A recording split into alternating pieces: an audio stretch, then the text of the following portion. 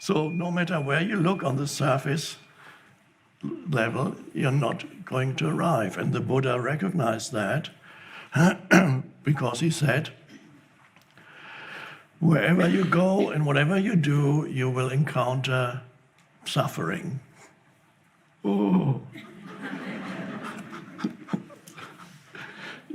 And that, if only read as a statement, sounds very pessimistic or nihilistic, which means you are condemned to perpetual frustration.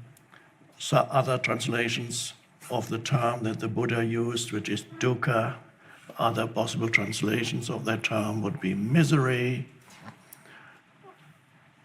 unsatisfactoriness, unhappiness, frustration. Nothing is ever good enough. And that manifests in some people more extremely than in others, that state of consciousness. But in many people it manifests as a continuous discontent, a continuous sense of something wrong here, except for brief moments, brief interludes. You just arrived at your vacation destination until then that feeling comes up again. So dukkha is a very profound realization that on that level there is no ultimate fulfillment or happiness. And so you cannot look for it in the future, because when you look at it on the surface level of life, to fulfillment through a situation, through a new place, a new activity, a new way of relating to people, suddenly becoming important, getting recognition by others, all these things are surface phenomena, which are dukkha. And so I've met some people, famous and wealthy people, who have actually achieved all that, and then they realized it got worse, because they could no longer be under the delusion that when they finally have enough money, they'll be free. And so finally they got all the money and they could go anywhere, and they tried it out, and wherever they went, they found themselves. And they found their own state of consciousness, the unrealized state of consciousness. And wherever they went, because they found themselves, they found frustration. And they were unhappy sitting in their private jet.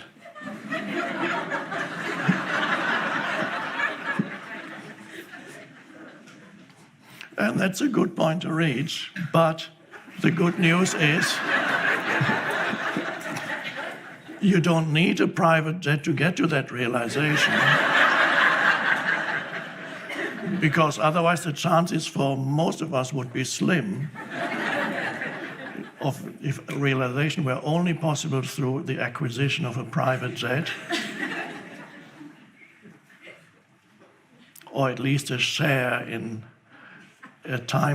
in a jet, which you can buy, but that's still very expensive.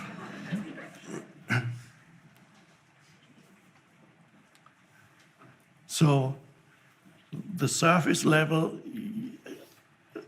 is not to be totally denied, because undoubtedly you exist here on the level of form also, and there are things to do and to acquire on the surface level as part of who you are on the level of form. So you need to be able to operate well on the level of form, learning new things, trying out new things, creating things on the level of form, whatever it is that you may want to create, or simply being engaged in certain activities on the level of form,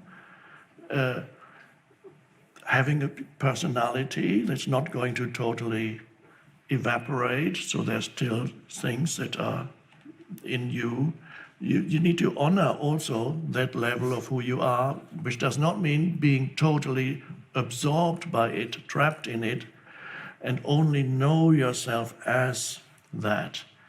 So to be active, that happens on the surface level of life, that's fine. If you live in a place that is not the best, that way perhaps it's noisy or not nice enough, why not to see if you can find a better place to live or get a better job? These things still operate. Where it doesn't work is expecting some ultimate fulfillment through whatever you achieve. And then because if you expect some ultimate fulfillment, ultimate happiness, then you're telling the world in whatever form it manifests to you, you're telling the world, make me happy. You place expectations upon the world that it cannot meet. So the world includes whatever happens to you, whatever other people, places, activities, relationships. That's all the world. What you own, experiences on the level of form, all that is fine, is part of the dance of life. But if you expect it to make you happy, it's frustrating. If you no longer expect these things to make you happy, they actually are quite pleasant. You can experience many things as very pleasant things. You visit new places, it's nice. You don't expect that some place you should find some ultimate fulfillment just because you moved from A to B. Or you meet a new person, a relationship, without placing an impossible demand upon the other person. Looking for the ultimate spiritual partner to make me happy. Please apply here. Send your photo too.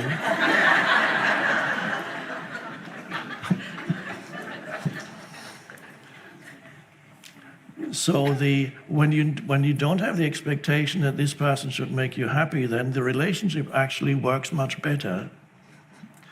But how can you not have that expectation? Only if at the same time that you operate on the level of form, you also are connected with the essence of who you are. You also realize experientially in the present moment the meaning of the letter E, the inscription, you are. So what the inscription is telling you is to have that realization in the background of your life, so to speak, continuously. To have that inner spaciousness continuously as the backdrop, so to speak, to your life. So when you do things, not just when you meditate, not just, although it's nice to have glimpses of it or realizations when there are people who've been meditating for 20 years and never even had a glimpse of that, because they always try to get somewhere through their meditation, not realizing the meditation is not a doing. So if you practice meditation as a doing, you'll continuously miss it, because doing implies you want to get somewhere, which means it keeps you trapped on the surface level. Because only on the surface level you can get somewhere. On the depth level you already are somewhere, or nowhere. On the depth level, that's the letter E, you are, the beingness. To note, and that is the inner spaciousness where that consciousness that you are transcends the person. And that is where the sense of being at home, or to put it in a more conventional language, to be comfortable, there's an expression in English, to be comfortable in your own skin. Of course, it's more than that, it's deeper than in your own skin, but it points to that, to feel that sense of rootedness in something indestructible. And that is knowing that you are. And it's nothing to do with thinking. It's not a concept. It is knowing yourself as consciousness.